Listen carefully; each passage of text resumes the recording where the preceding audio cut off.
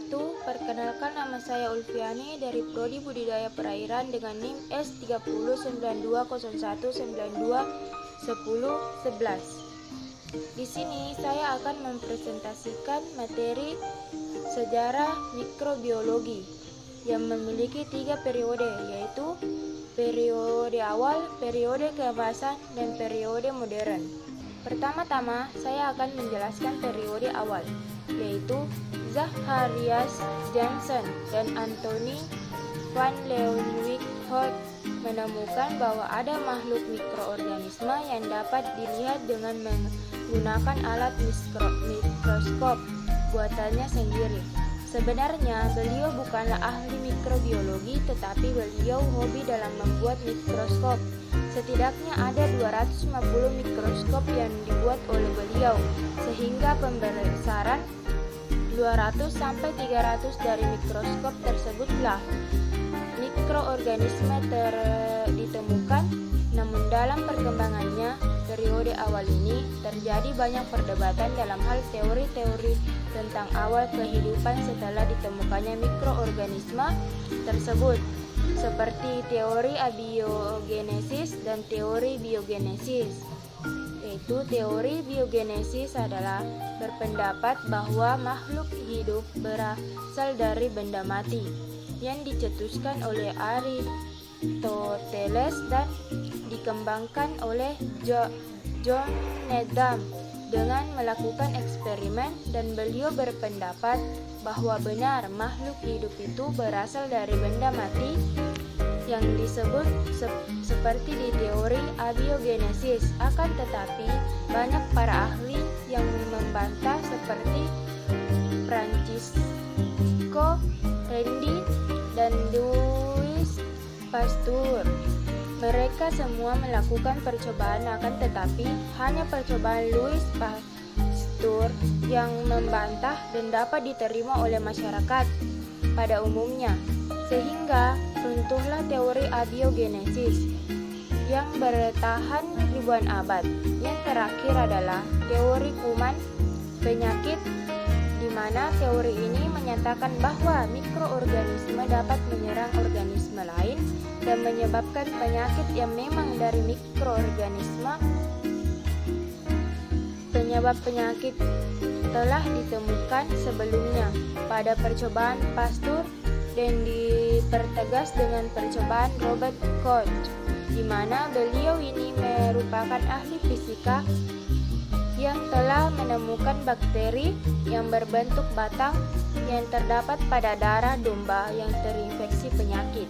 Pada periode keemasan, perkembangan mikrobiologi pada masa ini mengalami kemajuan dengan berbagai pertemuan, seperti penemuan cawan Petri atau Petri dish dan metode isolasi atau pemisahan yang dicetuskan dari kolega Robert Koch, seperti penemuan metode isolasi atau pemisahan, memindahkan bakteri dari lingkungan ke media pertumbuhan. Kemudian berlanjut berbagai penemuan penting lainnya ditemukan. Peran mikrobia dalam perubahan bahan makanan melalui fermentasi mikroorganisme tersebut. Periode selanjutnya adalah periode modern. Setelah perkembangan mikrobiologi yang berkembang pesat dengan terjadinya penemuan-penemuan dan teknik dalam mikrobiologi, maka dilanjutkan dengan penemuan penting dalam perkembangan mikrobiologi, diantaranya bidang kedokteran, pertanian, industri, dan biologi molekuler. Dalam bidang pertanian ditemukannya mikroorganisme pada akar tanaman. Sel dan strukturnya. Sel merupakan struktur terkecil yang menyusun makhluk hidup.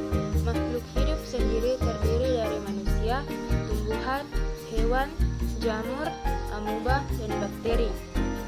Sel berdasarkan penyusunan makhluk hidup digolongkan menjadi 2 bagian, yaitu multiseluler yang terdiri dari manusia, hewan, tumbuhan, dan jamur.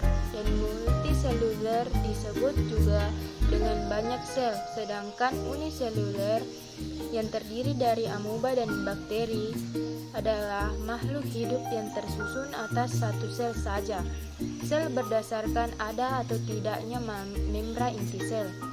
Eukariotik merupakan makhluk hidup yang mempunyai membran inti sel seperti manusia, hewan, tumbuhan, jamur, dan amoeba.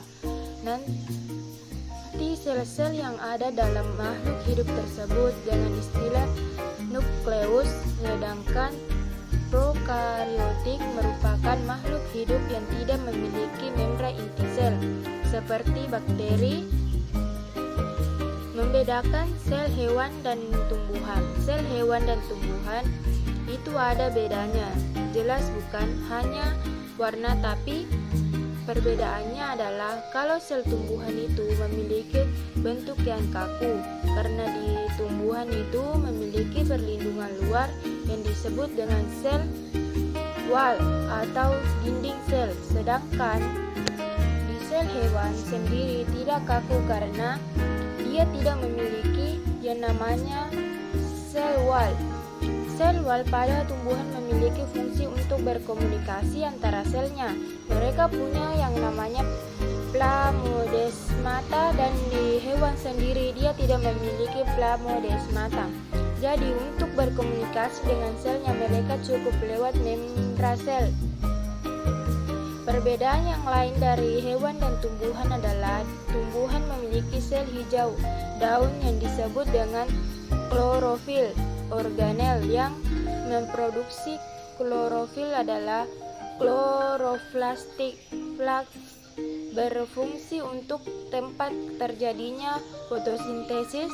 Tumbuhan itu adalah makhluk hidup yang dapat membuat makanannya sendiri berupa fotosintesis. Hasilnya berupa karbohidrat, sedangkan sel hewan tidak memiliki kleoplas karena hewan tidak bisa membuat makanannya sendiri. Organel yaitu bagian dari sel yang memiliki fungsi tertentu.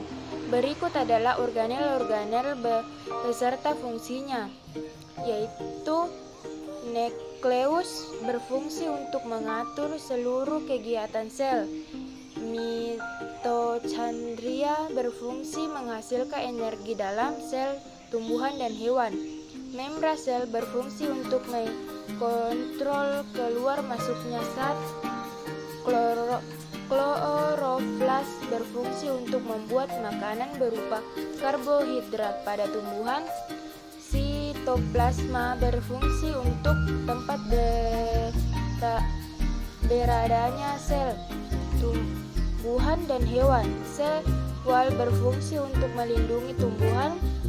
Ribosome berfungsi untuk proses membantu dalam protein pada hewan dan tumbuhan.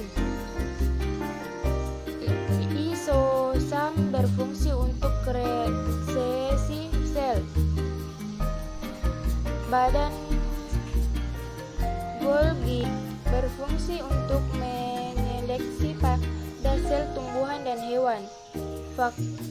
Vakuole berfungsi untuk sebagai tempat menyimpan bahan makanan, dan retikulum endoplasma berfungsi untuk jadi jalur material ada di sel hewan dan tumbuhan.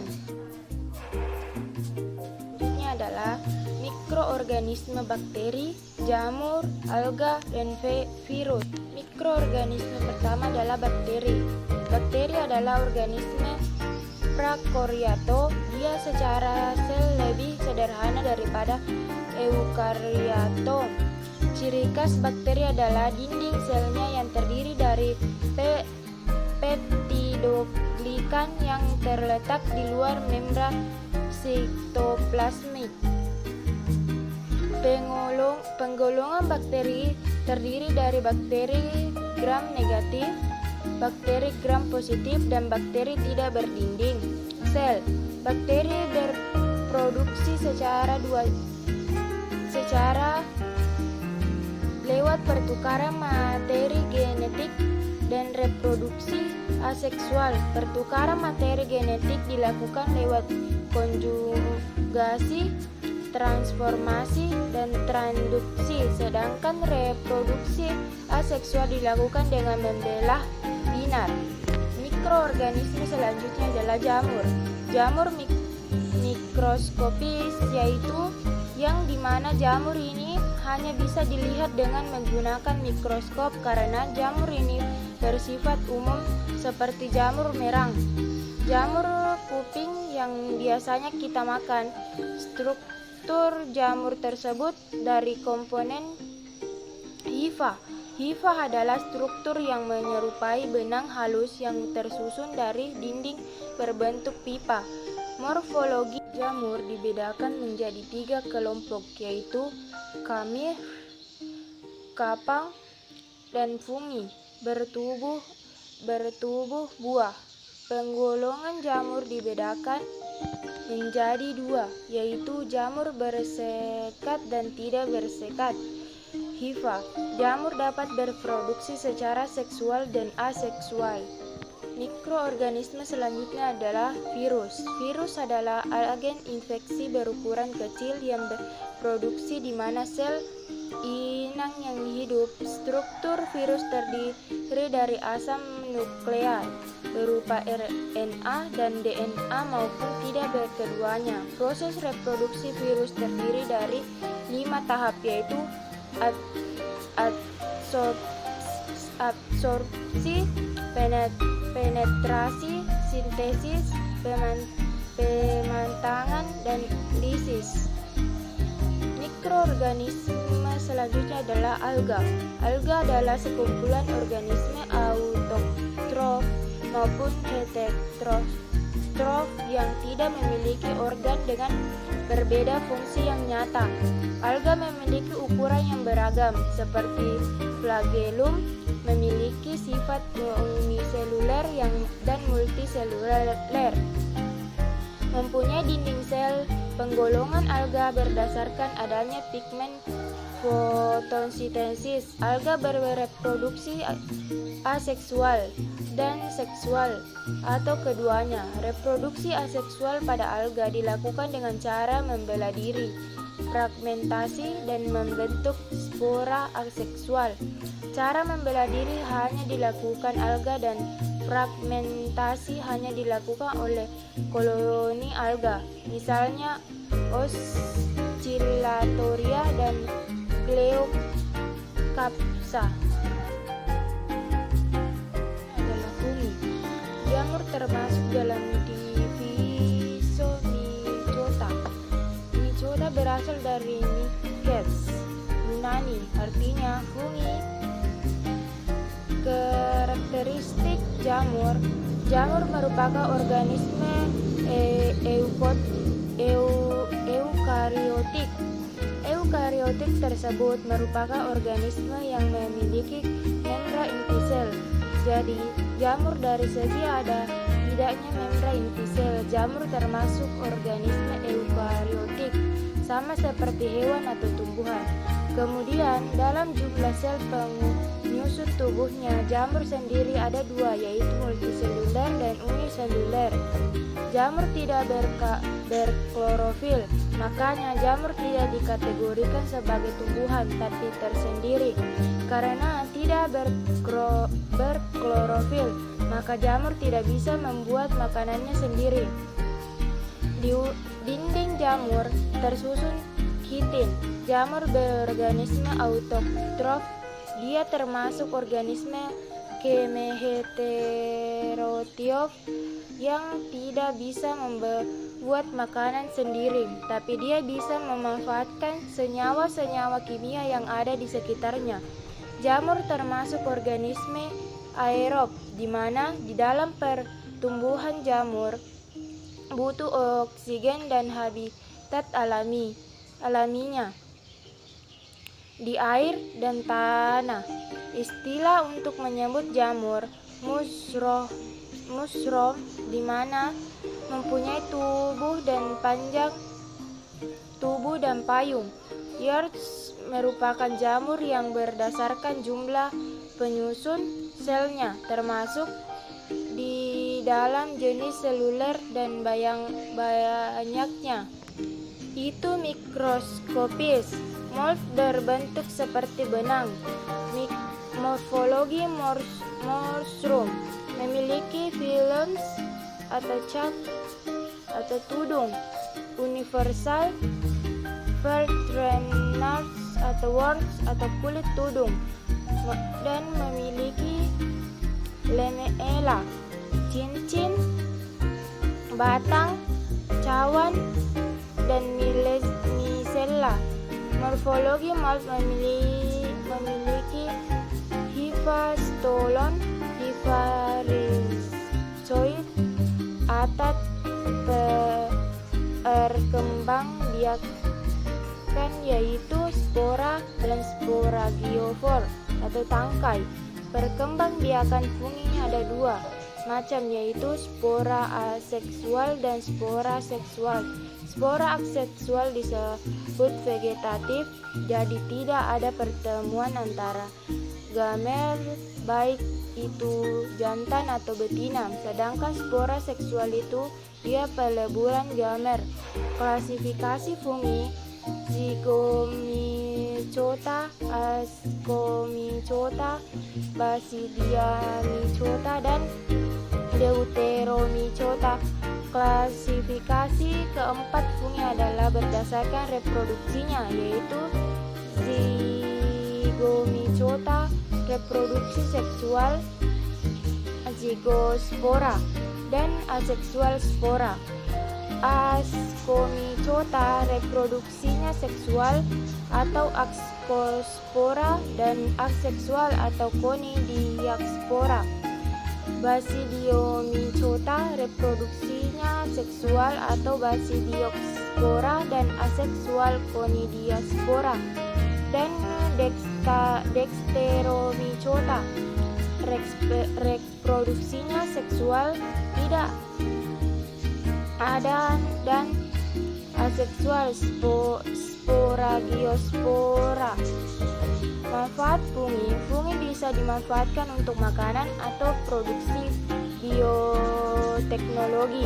Kemudian fungi juga berguna pembuatan keju dan tempe, dan masih banyak lagi fungsi fungi, tapi ada juga fungsi yang merugikan, yaitu sifatnya patogen ke dalam tubuh manusia seperti superficial yang hanya ada di permukaan.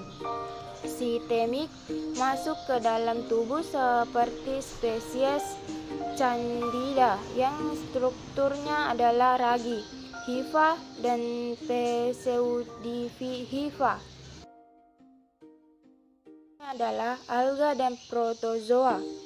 Alga atau ganggang termasuk dalam protista mirip tumbuhan. Disebut protista mirip tumbuhan karena alga merupakan organisme yang bersifat autotrof atau mampu berfotosintesis. Namun, tubuhnya tidak bisa dibedakan mana bagian akar, batang, atau daunnya. Alga diklasifikasikan berdasarkan kandungan pigmen di dominannya, yaitu klorofita atau alga hijau memiliki pigmen dominan klorofil A dan klorofil B dengan kandungan pigmen lainnya yaitu karoten dan xanthofil. Contoh klorofita adalah ulva sp. Alga secara morfologi dapat terbagi menjadi dua golongan, yaitu mikroalga dan makroalga. Alga berkembang biak secara seksual dan aseksual. Selanjutnya adalah protozoa. Protozoa adalah hewan bersel satu, berinti sejati atau eukariotik. Berdasarkan alat geraknya, protozoa diklasifikasikan menjadi 4, yaitu rhizopoda adalah alat geraknya berupa pseudopoda atau kaki semu. Contohnya amoeba, proteus atau Ectoamoeba dan Euntamoeba histolytica atau Eukameoba flagellata merupakan alat geraknya berupa flegal atau bulu cambuk. Contohnya adalah Eugyena viridis atau Phytoflagellata dan Trypanosoma brucei atau Zooflagellata. Protozoa berkembang biak secara aseksual dan seksual. Adalah enzim mikroba. Enzim adalah biokatalisator, artinya proses-proses reaksi biokimia atau reaksi kimia seluler pada makhluk hidup selalu melibatkan enzim. Enzim dapat dikatakan sebagai aktor utama yang membedakan antara reaksi kimia yang berlangsung dalam gelas dan reaksi kimia yang berlangsung dalam sel atau reaksi biokimia melibatkan enzim. Pada dasarnya, enzimlah yang memberikan ciri pada makhluk hidup, memungkinkan metabolisme energi berlangsung pada makhluk hidup dari organisme uniseluler sampai multiseluler. Singkatnya, enzim itu menunjang kerja semua proses kehidupan di planet bumi. Kita bisa melihat daun yang berwarna hijau, bunga yang berwarna-warni itu terjadi karena ekspresi gen, tetapi proses-proses dasar dari ekspresi gen adalah melibatkan atau memfungsikan kerja enzim sebagai biokatalisator utama. Karakteristik dasar enzim yaitu enzim meningkatkan kecepatan reaksi dengan menurunkan energi aktivasi enzim dalam jumlah yang sangat sedikit. Itu telah atau mampu menunjukkan aktivitas reaksi biokimianya dan tidak mempengaruhi keseimbangan reaksi enzim. Kerja katalis enzim spesifik hanya mengenai substrat spesifik. Aktivitas enzim dipengaruhi lingkungan seluler, sangat sensitif kerjanya dengan suhu, pH, bentuk flooding dari protein hasil ekspresi gen yang mengkode enzim. Ada beberapa bakteri yang dapat bekerja pada suhu tinggi, inilah yang banyak diteliti.